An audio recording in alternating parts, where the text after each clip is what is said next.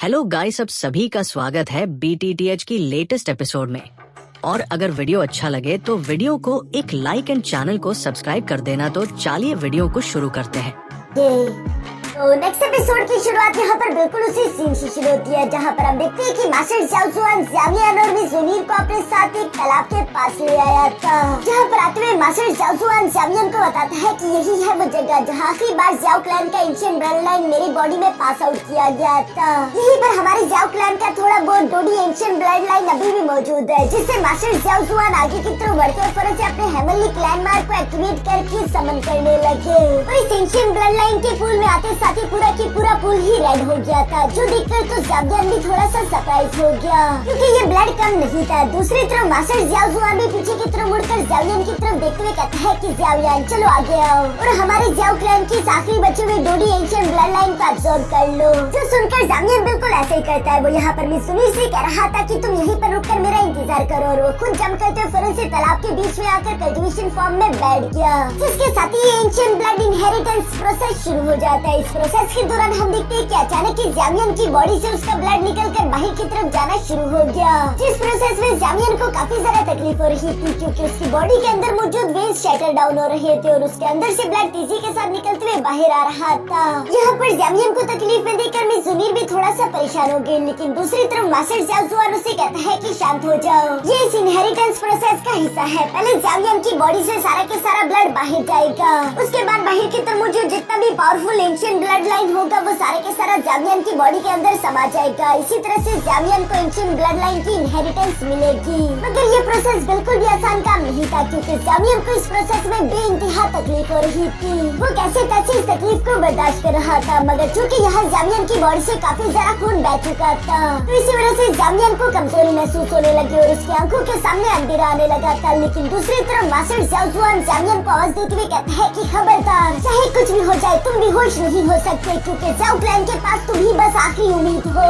अगर तुम बेहोश हो गए तो ये प्रोसेस बीच में ही फेल हो जाएगा और तुम्हारे फेल होने के साथ साथ पूरा की पूरा ज़ाओ क्लैन ही खत्म हो जाएगा। जो बातें सुनकर ज़ावियन फौरन से खुद पर काबू करने की कोशिश करता है और वो इन सारी तकलीफों को बर्दाश्त करते हुए यहाँ पर अपनी बॉडी से सारा के सारा ब्लड बाहर की तरफ निकलवा चुका। इस तकलीफ के प्रोसेस को कंप्लीट होता हुआ देखकर मास्टर जुआन तो काफी ज्यादा खुश हो जाते हैं, जिसके बाद वो अपनी पावर्स को एक्टिवेट करते हुए कहता है कि अब समय आ चुका कि ज़ावियन की बॉडी में एंशिएंट ब्लड लाइन को इंजेक्ट किया जाए। और ये कहते ही मास्टर ज़ाओ जुआन ने फौरन से इस प्रोसेस को करवाना शुरू कर दिया, जिस प्रोसेस के दौरान हम देखते हैं कि आसपास का एंशिएंट ब्लड लाइन इकट्ठा होते हुए ज़ावियन की बॉडी के आसपास घूमते उसकी बॉडी के अंदर इंजेक्ट होने लगा, जो सब दूर से मिस जुनीर भी होता हुआ देख रही थी। और वो फौरन मास्टर ज़ाओ जुआन से सवाल करते हुए कहती है कि मैं आपसे पूछना चाहती हूँ, आपने खुद कहा था कि एंशिएंट ब्लड लाइन के अंदर कुछ ऐसी पावरफुल एनर्जीज है जिन्हें आपने पास्ट में सील कर दिया था। इस पर मास्टर ज़ाओ जुआन मिस जुनीर की तरफ देखते हुए कहता है कि मैं जानता हूँ कि तुम क्या सोच रही हो, यही कि एंशिएंट ब्लड लाइन के अंदर मौजूद वो खतरनाक एनर्जी अगर मेरे कंट्रोल से बाहर निकल गई तो ज़ावियन शायद उसे कंट्रोल नहीं कर पाएगा और इस तरह से वो कभी डोशिंग लेवल में भी ब्रेक थ्रू नहीं कर पाएगा। लेकिन तुम अच्छे से जानती हो कि ज़ावियन के पास दूसरा कोई रास्ता नहीं, वो हर एक मुश्किल के लिए तैयार है। मिस जुनीर भी इस बात से एग्री करती थी, मगर तभी अचानक हम देखते हैं कि दूसरी तरफ ज़ावियन को दोबारा से दर्द महसूस होने लगा। ये देखकर मिस जुनीर हैरान होते हुए कहती है कि अब क्या गलत हो गया। मास्टर ज़ाओ जुआन को भी कुछ समझ नहीं आ रहा था, वो ज़ावियन की तरफ गौर से देख रहे थे क्योंकि हम देखते हैं कि ज़ावियन की बॉडी के आसपास कुछ पर्पल कलर की लाइटनिंग चमक रही थी, जो कि एक बहुत ही सारा खतरनाक पावरफुल बर्स्ट के साथ अनलीश हो जाती है, जिसे देखकर तो मास्टर ज़ाओ जुआन भी सरप्राइज होकर कहते हैं कि ये तो एंशिएंट ड्रैगन और फिनिक्स ब्लड लाइन है, जो कि हमारे नॉर्मल एंशिएंट ब्लड लाइन से तो काफी सारा ताकतवर है। मुझे ये समझ नहीं आ रहा कि आखिर ये ब्लड लाइन ज़ावियन की बॉडी में क्या कर रहा है। मास्टर ज़ाओ जुआन इस बात को लेकर परेशान होने लगे। उन्हें समझ आ जाता है कि अच्छा, यानी कि जब मैं ज़ावियन की बॉडी से सारा के सारा ब्लड निकाल रहा था तब उस प्रोसेस के दौरान भी एंशिएंट ड्रैगन और फिनिक्स ब्लड लाइन को बाहर की तरफ नहीं निकाला जा सका। और अब मैं जब ज़ावियन की बॉडी में ज़ाओ क्लैन का एंशिएंट ब्लड लाइन डालने की कोशिश कर रहा हूँ तो शायद ये ब्लड उससे टकराते उसे रिजेक्ट कर रही है, जिसकी वजह से तो ज़ावियन की जान खतरे में आ जाएगी। अब मैं क्या करूँ, ये सब सोच रहे मास्टर ज़ाओ जुआन परेशान होने लगे। यहाँ मास्टर ज़ाओ जुआन के मुँह से ये सारी बातें सुनकर मिस जुनीर भी थोड़ा सा पैनिक कर जाती है और वो फौरन से मास्टर ज़ाओ जुआन के पास आकर सवाल करते हुए कहती है कि यकीनन आपके पास कोई न कोई दूसरा सोल्यूशन भी तो जरूर होगा। जो सुनकर मास्टर ज़ाओ जुआन ज़ावियन की तरफ देखते हुए थोड़ी देर सोचने लगे और अचानक ही वो मिस जुनीर से सवाल करते हुए कहता है कि जुनीर, क्या तुम मेरी और जामियन की मदद करने के लिए कुछ भी कर सकती हो? जो सुनकर तुम्हें जुनीर थोड़ा सा हैरान हो गई और वो मास्टर ज़ाओजुआन से सवाल करते हुए पूछती है कि आखिर आपके कहने का मतलब क्या है। इस पर मास्टर ज़ाओजुआन जुनीर को समझाते हुए कहता है कि तुम देख पा रही हो कि जामियन की बॉडी में इस वक्त एंशिएंट ड्रैगन एंड फिनिक्स का ब्लड लाइन मौजूद है, जिसे अगर मैं फोर्सफुली उसकी बॉडी से निकालने की कोशिश करूंगा तो इसकी वजह से जामियन की जान खतरे में आ जाएगी।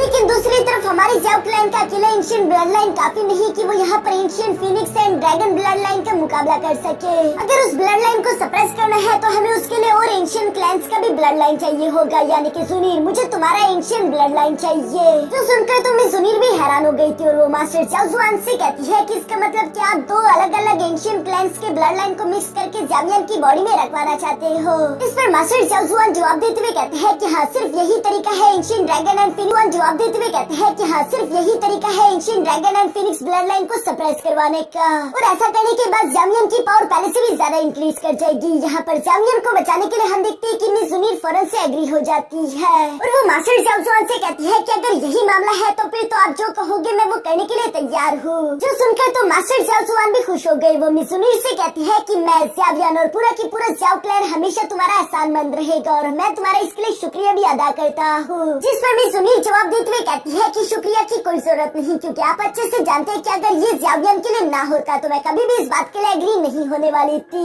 ये कहते साथ ही जुनीर ने फौरन से अपने हाथ पर कट लगा दिया था, जहाँ पर हम देखते हैं कि वो अपना डिवाइन एंशिएंट ब्लड लाइन निकालते हुए यहाँ पानी में मिलाने लगी, जो कि सिर्फ कुछ ही सेकंड्स के अंदर इस पूरे के पूरे तालाब में फैल गया था। इसके बाद हम देखते हैं कि मास्टर ज़ाओजुआन यहाँ पर ancient dragon and phoenix blood line को सप्रेस करने के लिए फौरन से उस एंशिएंट डिवाइन ब्लड लाइन का इस्तेमाल करने लगा, और चूंकि यहाँ पर दो अलग अलग क्लैन के एंशिएंट ब्लड लाइन्स मौजूद थे तो इसी वजह से master Zhaojuan ancient dragon and phoenix blood line को सप्रेस करने में कामयाब हो पाया। जबकि साथ ही साथ हम देखते हैं कि अब ज़ावियन की बॉडी में ज़ाओ क्लैन के एंशिएंट ब्लड लाइन के साथ साथ गू क्लैन का एंशिएंट ब्लड लाइन भी इंटर होने लगा था, जिस वजह से ज़ावियन को काफी ज्यादा तकलीफ हो रही थी। ज़ावियन की बॉडी के अंदर मौजूद हर एक चीज टूटकर दोबारा से रिप्लेस हो रही है। ऐसा लग रहा था जैसे कि उसकी हर एक हड्डी चकनाचूर हो रही हो, उसका हर एक मसल टूटकर दोबारा से रीजनरेट हो रहा हो। ज़ावियन को इस प्रोसेस में बहुत ही ज्यादा तकलीफ हो रही थी और वो दर्द से जोरों के साथ चिल्ला रहा था। एक टाइम के लिए तो ये तकलीफ ज़ावियन के बस से बाहर निकल चुकी थी और इसी तकलीफ के साथ चिल्लाते हुए ज़ावियन अचानक से बेहोश होने की कगार पर पहुंच गया। जो देखकर तो मिस जुनीर और मास्टर ज़ाओजुआन दोनों ही ज़ावियन के लिए काफी ज्यादा परेशान हो गए थे, लेकिन दूसरी तरफ ज़ावियन को अपने सामने अपना डैड दिखाई देता है, जो कि ज़ावियन को तकलीफ में देखकर परेशान दिखाई दे रहे थे। इसलिए ज़ावियन उनसे कहता है कि फादर, क्या अभी भी आप मेरे लिए परेशान हो रहे हो? आप फिक्र ना करें, क्योंकि ये तकलीफ उस तकलीफ से ज्यादा नहीं जो तकलीफ मैंने आपको खोने के बाद महसूस करी है, और ये तकलीफ उससे ज्यादा तो बिल्कुल भी नहीं हो सकती जो कि मुझे ज़ाओ क्लैन के डिक्लाइन होने पर हर दिन महसूस होती है। ज़ाओ क्लैन की रिस्पॉन्सिबिलिटी अब मेरे कंधों पर है और आपका ये बच्चा उस रिस्पॉन्सिबिलिटी को निभाने के लिए किसी भी तकलीफ से गुजरने के लिए पूरी तरीके से तैयार है। जो कहती है ज़ावियन गुस्से के साथ जोरों से चिल्लाता है और यहाँ पर उसकी बॉडी से काफी ज्यादा खतरनाक एनर्जी अनलीश होने लगी। साथ ही साथ हम देखते हैं कि आसपास की गोल्डन एनर्जी यहाँ ज़ावियन की बॉडी के अंदर मौजूद जाते हुए उसके डीएनए को दोबारा से पूरी तरीके से रिपेयर करके रिप्लेस कर देती है, जिसका मतलब यही बनता है कि ये प्रोसेस कम्प्लीटली सक्सेसफुल हो गया और इसी वजह से ज़ावियन की बॉडी हवा में फ्लोट करने लगी थी और लगातार वो आसपास की एनर्जी को एब्सॉर्ब करता जा रहा था। यहाँ ज़ावियन की कामयाबी को उसका फादर भी महसूस कर लेता है, जो कि कहीं दूर बंधा हुआ था, और अचानक से हम देखते हैं कि उनके चेहरे पर भी स्माइल आ चुकी थी। जबकि दूसरी तरफ ज़ावियन को सक्सेसफुल होता हुआ देखकर मिस जुनीर भी मास्टर ज़ाओजुआन से कहती है कि मास्टर ज़ाओजुआन, मैं ज़ावियन को बस सिर्फ इतना ही एंशिएंट डिवाइन ब्लड लाइन दे सकती थी, क्योंकि अगर मैंने इससे ज्यादा एंशिएंट ब्लड लाइन उसे देने की कोशिश करी तो मेरे क्लैन वालों को उसके बारे में मालूम हो जाएगा और इससे ज़ावियन की जान खतरे में आ जाएगी। जिस पर तो मास्टर ज़ाओजुआन जुनीर का शुक्रिया अदा करते हुए कहता है कि हाँ, इतना एंशिएंट ब्लड लाइन काफी होगा। अब ज़ावियन को हमारे ज़ाओ क्लैन का बाकी का एंशिएंट ब्लड लाइन एब्सॉर्ब करना है, जो करने में ज़ावियन को थोड़ा सा समय लगेगा। क्यों ना तब तक तुम भी ज़ावियन के साथ यहीं पर रुककर अपनी कल्टिवेशन प्रैक्टिस करो। जो सुनकर मिस जुनीर मास्टर ज़ाओजुआन का शुक्रिया अदा करती है। इसके बाद नेक्स्ट सीन में हम लोगों को बाहर की तरफ यहाँ मिस जुनीर का फादर भी देखने को मिलता है, जो कि मिस जुनीर को याद कर रहा था और वो कह रहा था कि पता नहीं मेरी बेटी हेमिली टॉम में कैसा कर रही होगी। साथ ही साथ वो अपने मन में धीमे से कहते हैं कि ज़ाओजुआन, मेरी बेटी को नुकसान पहुंचाने की हिम्मत भी मत करना।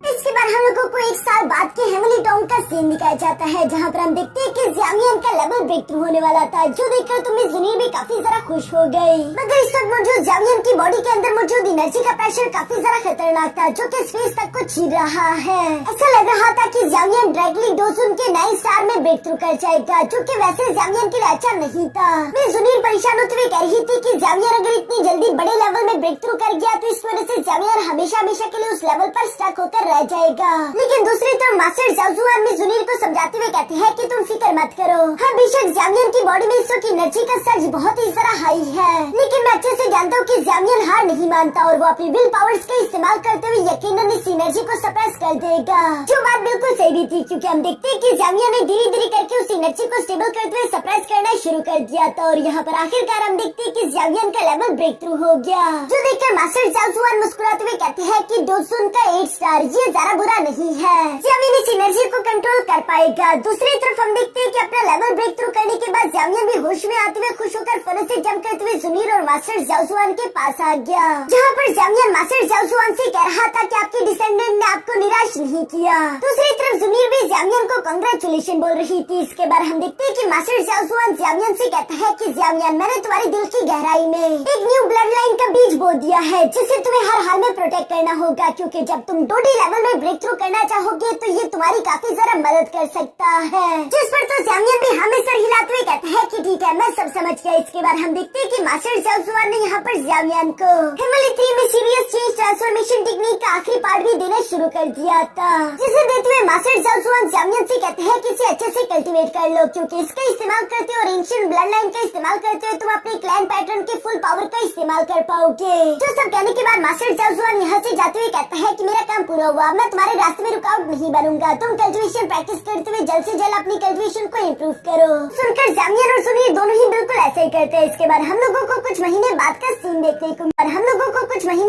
सीन देखने को मिला, जहाँ ज़ामियन ने अब तक हेमली चेंज 3 में सीरियस ट्रांसफॉर्मेशन टेक्निक को मास्टर कर लिया था और वो अपने एंशिएंट ब्लड लाइन के साथ उसकी पावर्स को कंबाइन करते हुए यहाँ अपने क्लैन मार्क को फुली एक्टिवेट करने की कोशिश कर रहा था, जो महसूस करके मास्टर ज़ाओजुआन भी फौरन से यहाँ पर पहुँच जाते और वो ये देखकर काफी सारे सरप्राइज हो गए थे कि ज़ामियन ने सिर्फ कुछ ही महीने की कल्टीवेशन के अंदर अपने ज़ाओ क्लैन के मार्क के 8 स्ट्रोक्स को बनाना सीख लिया, जो कि काफी बड़ी बात थी। इसलिए वो ज़ामियन से इम्प्रेस होते हुए कह रहे थे कि इस लड़के की कल्टीवेशन स्पीड तो वाकई में कमाल की है। मगर दूसरी तरफ ज़ामियन रुकता नहीं, बल्कि हम देखते हैं कि अचानक से उसने आसपास और भी ज्यादा एनर्जी इकट्ठा करना शुरू कर दी थी, जो कि ज़ामियन के आसपास तेजी के साथ घूम रही है। ये देखकर तो मास्टर ज़ाओजुआन थोड़े से हैरान हो गए और वो हैरान होते हुए कहते हैं कि आखिर ये ज़ामियन करना क्या चाहता है। क्या सच में इसे लगता है कि ये हमारे क्लैन मार्क के 9 स्ट्रोक को इतनी जल्दी बना सकता है? यह मास्टर ज़ाओजुआन जब ये सवाल कर ही रहे थे, तभी अचानक हम देखते हैं कि दूसरी तरफ ज़ामियन ने कुछ ही देर की कोशिश के बाद आखिरकार अपने क्लैन मार्क के 9 स्ट्रोक को भी कंप्लीट कर दिया, जो देखकर तो मास्टर ज़ाओजुआन ज़ामियन से पूरी तरीके से इम्प्रेस हो चुके थे और वो मुस्कुराते हुए कहते हैं कि ये लड़का हर बारी मुझे सरप्राइज कर देता है,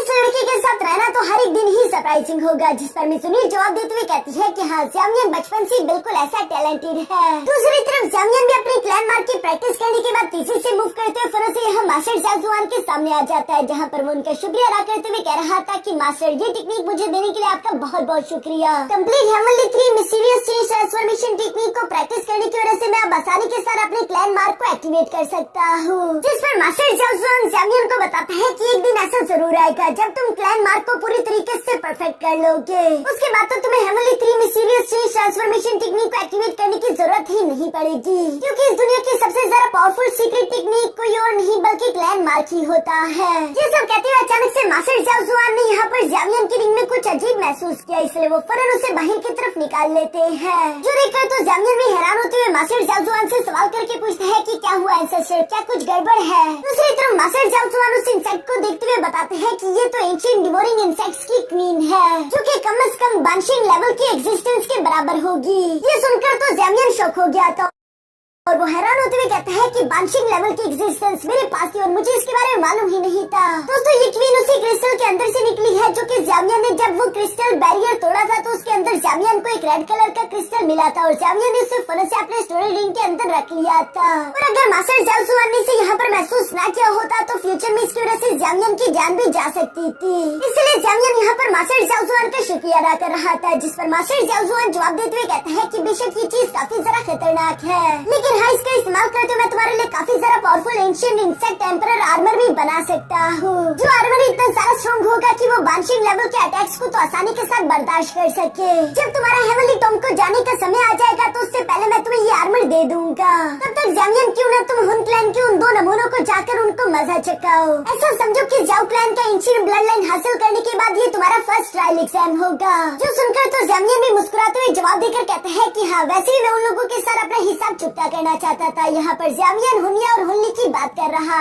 है, जिसके साथ ही सीन शिफ्ट होकर दूसरी तरफ फैमिली टॉम के थर्ड लेयर में बाहर की तरफ कहीं पर आ गया था, जहाँ पर हम लोग एक लेवल 9 की एनर्जी बॉडी को देखते हैं। जिस एनर्जी बॉडी पर हुन्नी और हुनिया दोनों ने चालाकी के साथ हमला करते फौरन उसे जान से मार डाला। जिसकी एनर्जी क्रिस्टल को हासिल करते हुए हुनिया कह रहा था कि बेशक हम लोग जाओ जुआन के हेवनली टॉम से काफी दूर है, लेकिन फिर भी हुन्नी हमें जरा छुप छुप कर रहना होगा, कहीं वो हमें महसूस न कर ले वरना हम दोनों मुश्किल में आ जाएंगे। जो सुनकर हुन्नी गुस्सा होते हुए कहते हैं कि ये सब मुझे बहुत ही जरा गुस्सा दिला रहा है, अगर इस बार जामियन मेरी आंखों के सामने आ गया तो मैं उसे टुकड़े टुकड़े कर दूंगा। अगली बार मैं जामियन को बिल्कुल नहीं छोड़ने वाला। यहाँ पर हुन्नी अब ये सब कह ही रहा था, तभी अचानक ऊपर से किसी की आवाज सुनाई दी, जो कि हुन्नी से कह रहा था कि आखिर अगली बारी का इंतजार क्यों करो, अभी ही हम लोग अपने हिसाब क्यों न चुकता कर ले। जो कहते साथ ही अचानक हम देखते हैं कि हवा में एक बहुत बड़ा space time track portal open हो जाता है, जिसके अंदर से जामियन और भी सुनील निकलते हुए बाहर आ गए। यहाँ पर जामियन और भी सुनील को अचानक से देखकर हुन्नी और हुनिया के पास तो कोई भी प्लान नहीं था, इसलिए ये दोनों फौरन वहाँ से भागने की कोशिश करते हैं,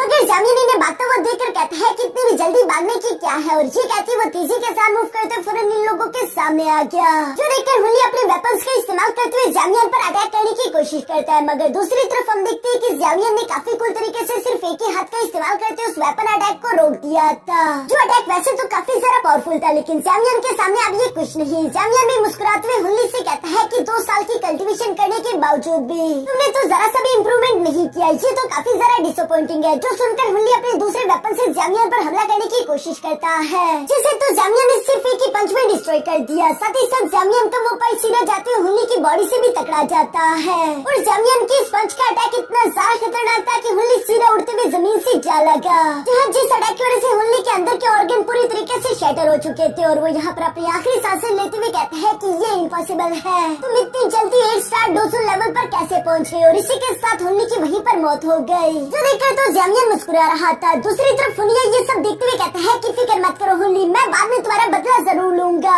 ये सब कहते वो दुम दबाकर यहाँ से भागना चाहता था, लेकिन जामियन उसे भी भागने नहीं देता, और वो तेजी के साथ मूव करते फौरन से हुनिया के सामने आकर खड़ा हो गया, जहाँ पर जामियन हुनिया से कहता है कि आखिर बाद में क्यों, अभी बदला लो ना। ये सुनकर तो हुनिया घबरा जाता है, और वो फौरन से अपने क्लैन मार्क को एक्टिवेट करते हुए जामियन से कहता है कि मुझे नहीं मालूम कि अचानक से तुम्हारा पावर लेवल इतनी जल्दी कैसे बढ़ गया, लेकिन अगर तुम इसी तरह मुझसे फाइट करने की कोशिश करते रहे तो इसकी कीमत तुम्हें भी चुकानी होगी। यहाँ पर अपने क्लैन मार्क को एक्टिवेट करने की वजह से हुनिया की पावर तो थोड़ी सी इंक्रीज हो चुकी थी, मगर दूसरी तरफ जामियन ये देखकर घबराता नहीं, बल्कि वो मुस्कुराते हुए कहता है कि क्लैन मार्क, मेरे पास भी इससे एक अच्छा क्लैन मार्क मौजूद है। जो कहते हैं जामियन ने भी फौरन से यहाँ पर अपने जाओ क्लैन की क्लैन मार्क को एक्टिवेट कर दिया, जिसकी पावर तो बहुत ही ज्यादा टेरिफाइंग थी, जो कि जामियन की बॉडी से अनलीश होते हुए चारों तरफ फैल गई। साथ ही साथ जामियन का पावर लेवल भी बूस्ट कर गया था। यहाँ पर हुनिया तो जामियन को देखते हुए घबरा कर कहता है कि ये नहीं हो सकता, ये तो जाओ क्लैन का क्लैन मार्क है, आखिर तुम्हारे पास क्लैन मार्क कहाँ से आया, क्योंकि जाओ क्लैन तो डिक्लाइन कर चुका था। दूसरी तरफ जामियन ने उसकी बात सुनकर मुस्कुराते हुए जवाब देकर कहता है कि तुमने बिल्कुल सही पहचाना, और इसलिए तुम्हें इनाम तो मिलना चाहिए। ये कहते जामियन तीसरी के साथ मूव करते फौरन से हुनिया के पास आकर उसके कंधे को पकड़ लेता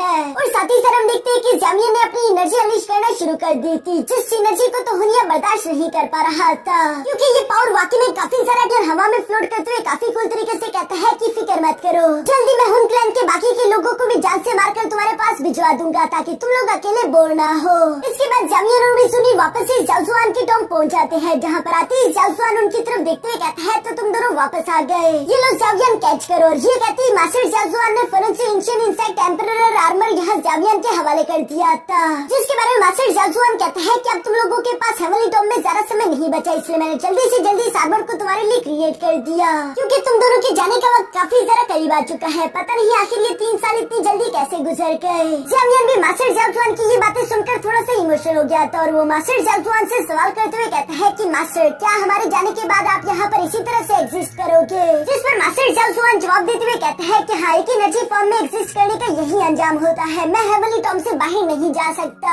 अगर मैंने हेवनली टॉम से बाहर जाने की कोशिश की तो मैं फौरन से गायब हो जाऊंगा। यही है मेरा अंजाम। एक एनर्जी फॉर्म में एग्जिस्ट करने की वजह से अब मुझे हेवनली टॉम में हमेशा हमेशा के लिए अकेले रहना होगा। जो सुनकर तो जावियन मास्टर जाजुआन से सवाल करते हुए कहता है कि ऐसा मत कहिए एंसेस्टर, कोई न कोई रास्ता तो होगा आपको दोबारा से जिंदा करने का। जिस पर मास्टर जाजुआन मुस्कुराते हुए कहता है कि तुम इस तरह की बातें इसलिए कर रहे हो क्योंकि तुम एक एल्केमिस्ट हो। वैसे भी इस दुनिया में लेवल 6 की पिल्स का इस्तेमाल करते हुए लोगों को बचाया जा सकता है जो कि मौत की कगार पर पहुंच चुके हो, लेकिन ये काम मेरे लिए नहीं हो सकता क्योंकि एक तो मैं सिर्फ रिमेनेंट सोल रह चुका हूँ और दूसरी बात ये कि मैं कई हजारों साल पहले मर चुका था। मैंने हेवनली टॉम के अंदर रहते हुए ये अकेलापन सिर्फ इसलिए नहीं सहा ताकि मुझे दोबारा से जिंदा किया जा सके, बल्कि मैंने ये अकेलापन इसीलिए बर्दाश्त किया ताकि एक दिन मैं अपने जाओ क्लैन के एंशिएंट ब्लड लाइन को दोबारा से किसी को पास आउट करके अपने जाओ क्लैन को रिस्टोर कर सकूं, क्योंकि मैं नहीं चाहता कि जाओ क्लैन भी मेरी तरह हमेशा हमेशा के लिए दफन हो जाए। यहाँ पर ये सारी बातें सुनकर जावियन तो काफी बुरा महसूस कर रहा था, इसलिए मास्टर जाजुआन जावियन के पास आते हुए कहता है कि इस तरह से मुंह मत लटकाओ। अगर तुम्हें मेरे लिए इतना ही बुरा लग रहा है